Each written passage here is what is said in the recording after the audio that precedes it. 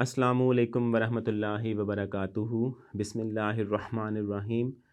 آج ہم بات کریں گے نان مسلمس کی طرف سے اور ایتھیسٹ لوگوں کی طرف سے اعتراضات اٹھائے جاتے ہیں سیدہ عائشہ رضی اللہ تعالی عنہا کے نکاح کے اوپر کہ ان کی شادی بہت کم عمر میں اور ایک بڑی عمر کے شخص کے ساتھ کر دی گئی تھی، اور یہ ظاہری طور پہ ملحدین کی اور نان مسلمس کی نظر میں ایک زیادتی اور ظلم تھا۔ تو ہم دیکھیں گے کہ کیا اس کی کوئی حقیقت بھی موجود ہے یا یہ اعتراض بے بنیاد ہے۔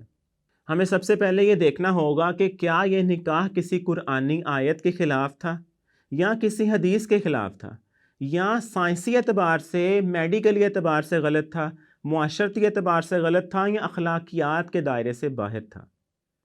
تو اگر ہم دیکھیں تو ایسا کچھ بھی نہیں تھا۔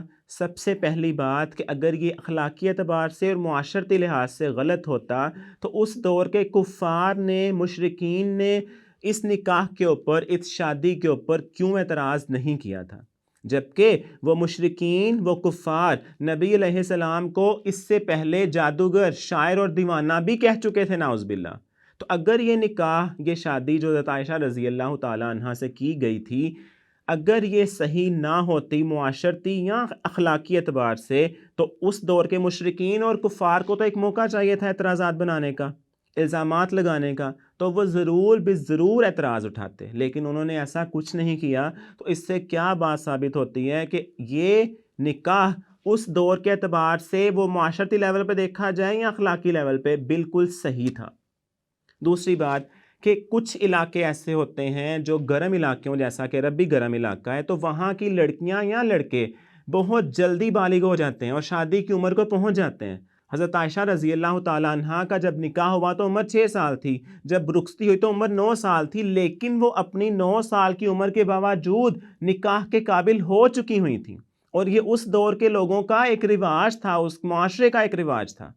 میں پہلے بھی کہہ چکا ہوں، ورنہ اعتراض اٹھایا جاتا ہے اس پہ۔ تو اس دور میں بہت چھوٹی عمر کی لڑکیوں کے نکاح کر دیے جاتے تھے کیونکہ وہ بالغ ہو جایا کرتی تھیں، اور یہ میڈیکل سائنس بھی اچھے طریقے سے جانتی ہے کہ بلوغت کی کوئی عمر نہیں ہوتی، تو پھر سائنس اس پہ اعتراض کیسے اٹھا سکتی ہے؟ دوسری بات، سائنس ہی کی اگر ہم کریں تو میڈیکل سائنس کو تو خود شوکڈ لگ چکا ہوا ہے 1939 کے اندر، 1939 کے اندر، جب امریکہ کی ایک سٹیٹ پیرو کے اندر لینا میڈینا نامی ایک بچی جو کہ 5 سال کی عمر کے قریب تھی، اس سے اس کے پیرنٹس ہاسپٹل میں لے کے آئے کہ شاید اس کے پیٹ میں رسولی ہے، کیونکہ اس کا پیٹ پھولنا شروع ہو گیا تھا۔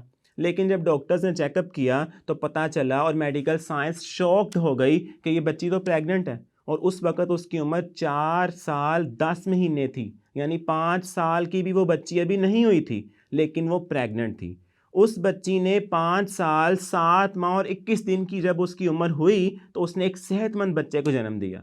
وہ بچہ بالکل ہیلتھی تھا اور 40 سال تک وہ بچہ زندہ رہا، اور لینا میڈینا صاحبہ بھی 83 سے 84 سال تک زندہ رہیں۔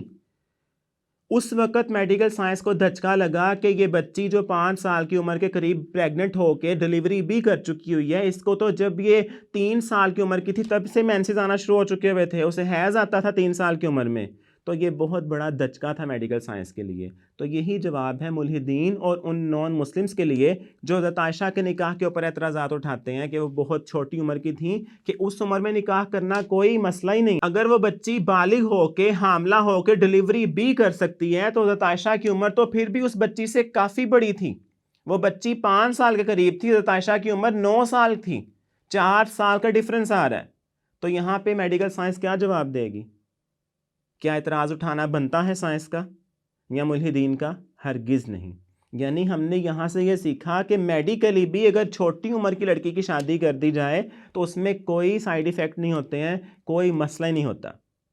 اگر ہم بات کریں قرآن کی تو قرآن مجید میں کوئی حد نہیں لگائی گئی کہ اس ایج پہ جا کے، یا بالغ ہونے کی عمر کو جا کے، یا جب مینسز آنا شروع ہو جائیں اس عمر پہ جا کے نکاح یا شادی کی جائے۔ قرآن مجید ایسی کوئی حد نہیں لگاتا، تو پھر قرآنی لحاظ سے بھی، اسلامی کلی بھی، اس عمر کا نکاح کوئی مسئلہ ہی نہیں تھا۔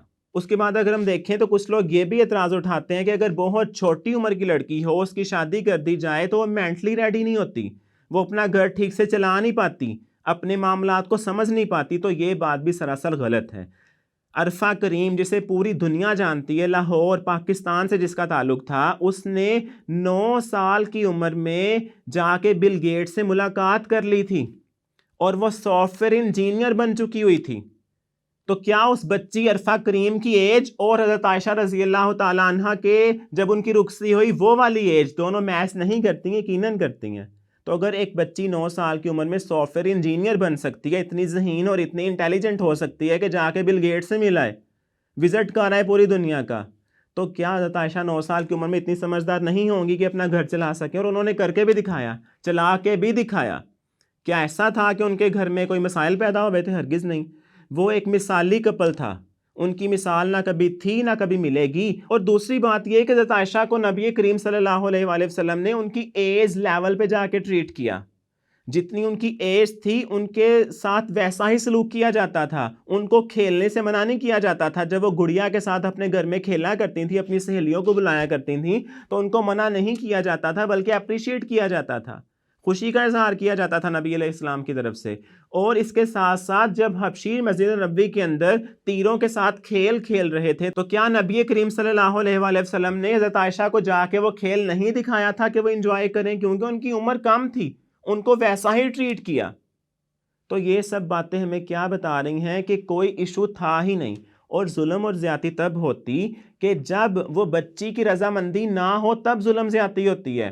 آج کے معاشرے میں بھی اگر شادی کر دی جائے کسی کم عمر بچی کی کسی بڑی عمر کے بندے کے ساتھ، تو تب ظلم اور زیادتی ہوگی جب بچی بھی خوش نہ ہو، نہ گھر چلا پائے اور نہ ہی وہ کبھی خوش رہ پائے. اپنے شوہر سے بھی شکایت کرے کہ آپ بڑے ہیں مجھ سے، اور اپنے پیرنٹ سے بھی کرے. لیکن حضرت عائشہ نے نہ کبھی نبی کریم صلی اللہ علیہ وآلہ وسلم کی زندگی میں کبھی گلہ کیا تھا کہ آپ مجھ سے ایج میں بڑے ہیں، اور نہ کبھی اپنے والدین سے جا کے کیا، اور نہ ان کی وفات کے بعد کیا. یعنی وہ ایک ہیپی کپل تھا. تو پھر دوسرے لوگوں کو کیا مسئلہ ہے؟ میری نظر میں کسی بھی اینگل سے بات پکڑ لی جائے کوئی اعتراض نہیں بنتا. سائنٹیفکلی، اسلامکلی، میڈیکلی یا اخلاقی اعتبار سے کسی بھی طرح کوئی اعتراض نہیں بنتا. تو اللہ تعالیٰ سے دعا ہے کہ اللہ تعالیٰ ملحدین کو اور نان مسلمز کو جو بے بنیاد اعتراضات اٹھاتے ہیں ان چیزوں کو سمجھنے کی توفیق عطا فرمائیں. والسلام علیکم ورحمۃ اللہ.